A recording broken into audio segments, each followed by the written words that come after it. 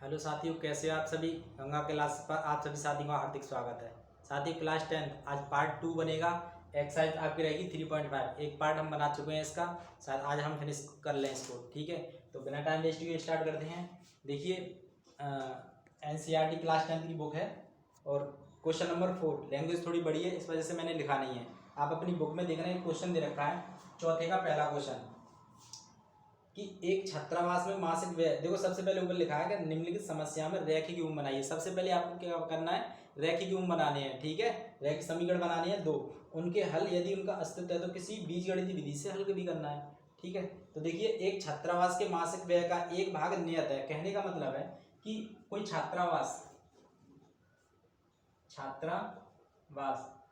का जो व्यय है उसका एक भाग तो नियत है, एक भाग नियत है, और जो दूसरा भाग है व्यय का, जो दूसरा भाग है तथा शेष इस पर निर्भर करता है कि छात्रा ने कितने दिन भोजन किया। दूसरा भाग भोजन पे निर्भर करता है कि उसने कितने दिन भोजन किया है। तो हम मान लीजिए कि नियत है x है, मान लो x रुपया तो नियत है। ठीक है, और y इसमें क्या करते हैं, भोजन के लिए y मान लेते हैं, पर डे के लिए एक दिन का क्या मान लेते हैं, y मान लेते हैं। तो इसमें क्या करेंगे, तो जो पहली कंडीशन दे रखी है इसमें ये दे रखा है कि छात्र ने कितने दिन भोजन लिया है। जब एक विद्यार्थी ए को जो 20 दिन भोजन करता है, एक विद्यार्थी ए है तो x रुपये तो उसे देने ही देने हैं, लेकिन उसने 20 दिन भोजन किया है तो एक दिन का 22 रुपया, तो 20 दिन का 20 हो गया। तो इसके लिए उसने 1000 रुपये दिए हैं उसको। नियत मतलब उसमें नियत मतलब किराया है और प्लस भोजन का भी है, पर डे का भाई, तो 20 दिन का 20 भाई। ठीक है, उसी के हिसाब से फिर अगला है बी है, उसका नियत x रहेगा और उसने कितना दिन भोजन किया है, एक बी है, उसने 26 दिन भोजन किया है तो इसका 26 भाई हो जाएगा। और इसके लिए वो कितना पे करते हैं, वो 1180 रुपये करते हैं। मतलब इस तरीके से आपको क्वेश्चन समझना है। ठीक है, तो देखिए यहां मैं मान लेता हूं, माना नियत, जो नियत व्यय है, नियत व्यय वो कितना है, x रुपया।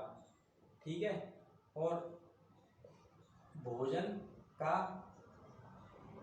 प्रतिदिन व्यय वो कितना है, 22 रुपया मान लिया मैंने। ठीक है, उसके बाद देखिए प्रथम शर्तानुसार जो ए है, ए 20 दिन भोजन करता है। कितना, 20 दिन भोजन करता है, इसको रख कर दें, भोजन करता है और 1000 रुपये का भुगतान करता है।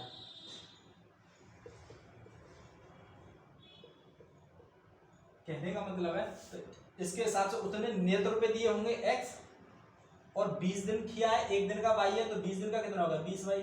इतने रुपए दे दिए, कितने दे दिए रुपए, 1000। इसको समीकरण आप 1 कहेंगे। इसी प्रकार द्वितीय शर्तानुसार है, द्वितीय शर्तानुसार द्वितीय शर्त क्या थी कि बी ने भी क्या किया था, बी ने इसमें 26 दिन भोजन किया है, 26 दिन भोजन किया तथा 1180 रुपये भुगतान किया। ठीक, तो इसका मतलब नियत व्यय किया है उसने 100 रुपया, और 26 दिन का कितना हो गया, 26 भाई, और इसके लिए उसने 1180 रुपये का पे किया। ठीक है, तो ये आपका समीकरण 2। बस आपको इन दोनों समीकरणों को ही तो सॉल्व करना है, बस इन दो समीकरणों को सॉल्व करना है। कैसे करोगे, देखिए यहाँ पे करते हैं। समीकरण 1 में से 2 घटा लो आप, या समीकरण 2 में से समीकरण 1 घटा लो।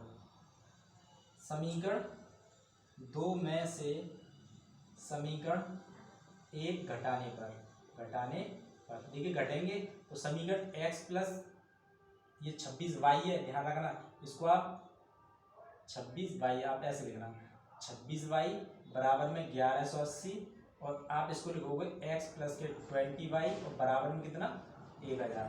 जब घटाएंगे तो ये चिन्ह बदलेंगे, x से x घटा, 26 में से 20y गया तो 6y, और ये आपके 1000 रुपये के 1180 में से तो 180 रुपये, 6 18, तो y बराबर कितना बचा, 30। इसको आप पुट करोगे, पुट इन इक्वेशन फर्स्ट। क्या दिखाई दे रहा है आपको?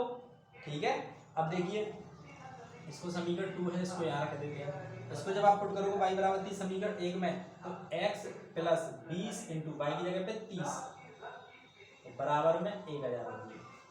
तो x प्लस 2 3 6 यानी 600, तो x बराबर 1000 माइनस के 600, तो x बराबर कितना आया? 400 रुपये। कहने का मतलब है जो नियत व्यय था, नियत व्यय वो आ गया 400 रुपया। और प्रतिदिन का भोजन कितना था?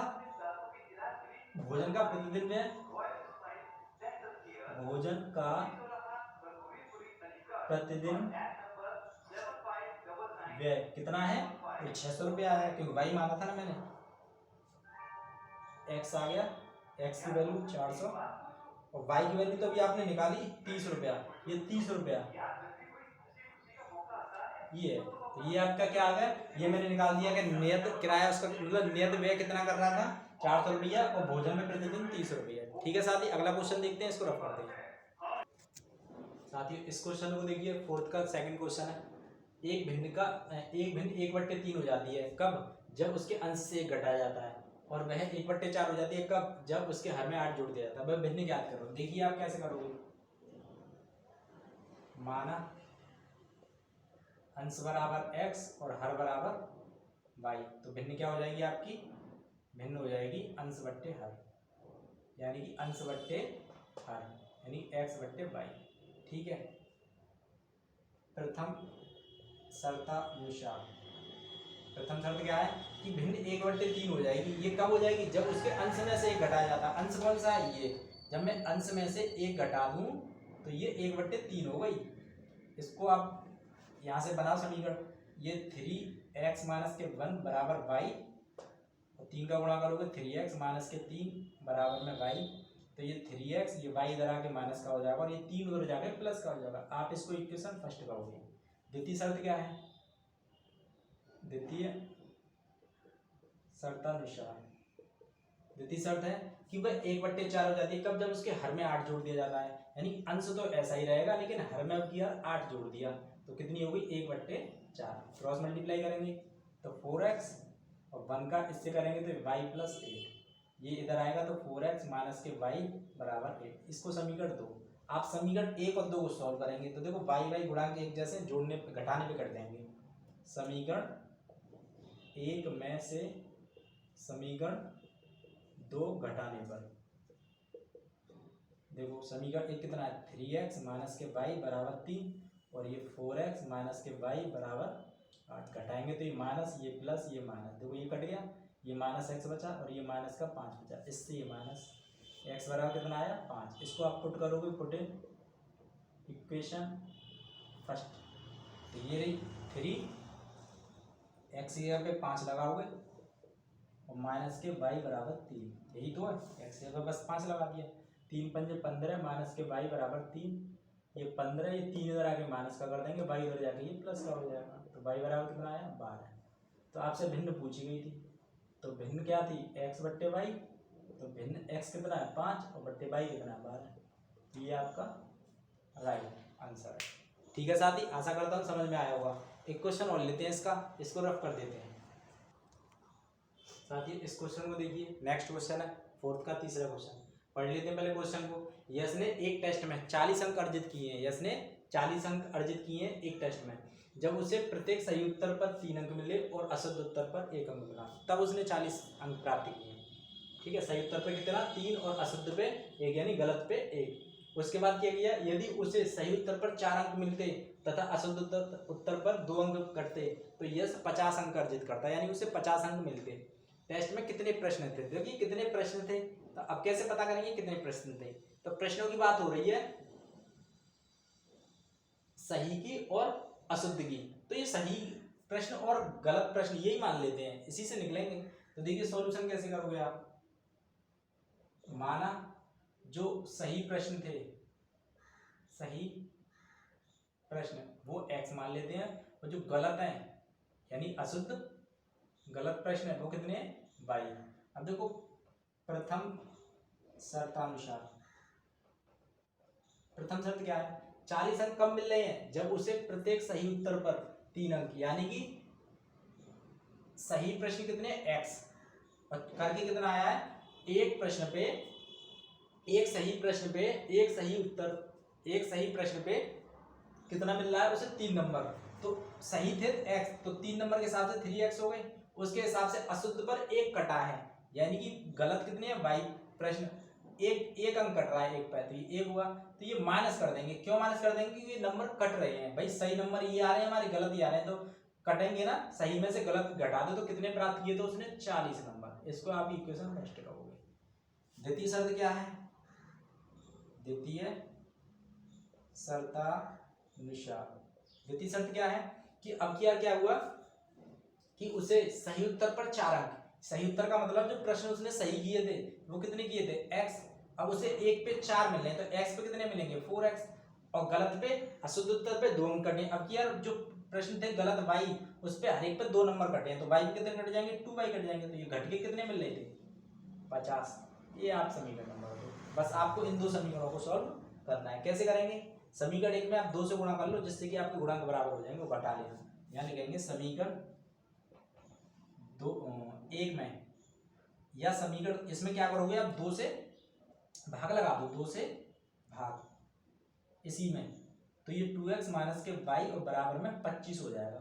आप इसको समीकरण 2 कहो, और समीकरण 1 और 2 को घटा लेना, समीकरण 1 2 से 1, समीकरण 2 में से समीकरण 1 घटाने पर, तो देखो घटाएंगे तो ये हो जाएगा 2x माइनस वाई बराबर 25, और ये हो जाएगा आपका 3x माइनस के y बराबर 40।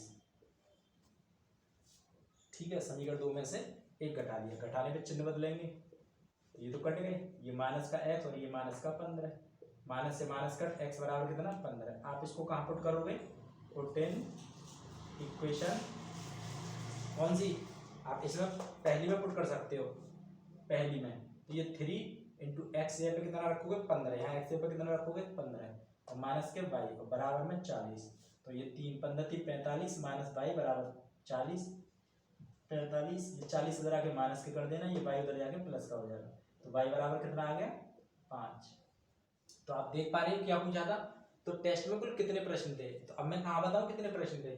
देखिए मैं इसी को रफ करके हल्का सा यहाँ बता देता हूँ, देखिए यहाँ पे देखिए कि टेस्ट में कितने प्रश्न थे, टेस्ट में कुल प्रश्न, तो आप जानते हो जो सही प्रश्न है वो गलत है, उनका योगफलित होगा, सही कितने थे x और गलत कितने थे y, तो x प्लस वाई, x की वैल्यू कितनी है 15 और y की वैल्यू कितनी है 5, इसका मतलब टोटल 20 प्रश्न थे। ये आपका राइट आंसर है, ये आपका राइट आंसर। एक बार आंसर को आप चेक कर लेना, ठीक है। तो आज की क्लास को यहीं तक रखते हैं, जो साथी नए हैं वो चैनल को सब्सक्राइब करें और क्लास को ज़्यादा से ज़्यादा लाइक और शेयर किया करें। तो क्लास समाप्त करते हैं, धन्यवाद।